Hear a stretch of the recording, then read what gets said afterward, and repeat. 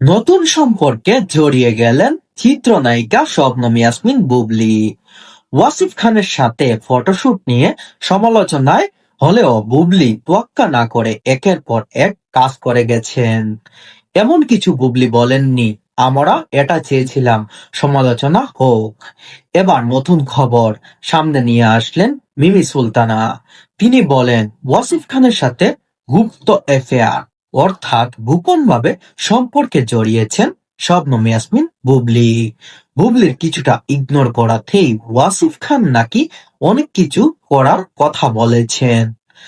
এমনকি হাঁটুর বয়সী পোলার সাথে কেমনে প্রেম করলেন শবনম ইয়াসমিন বুবলী। যাই হোক, বুবলীর রুচির দুর্ভিক্ষ চলতেছে।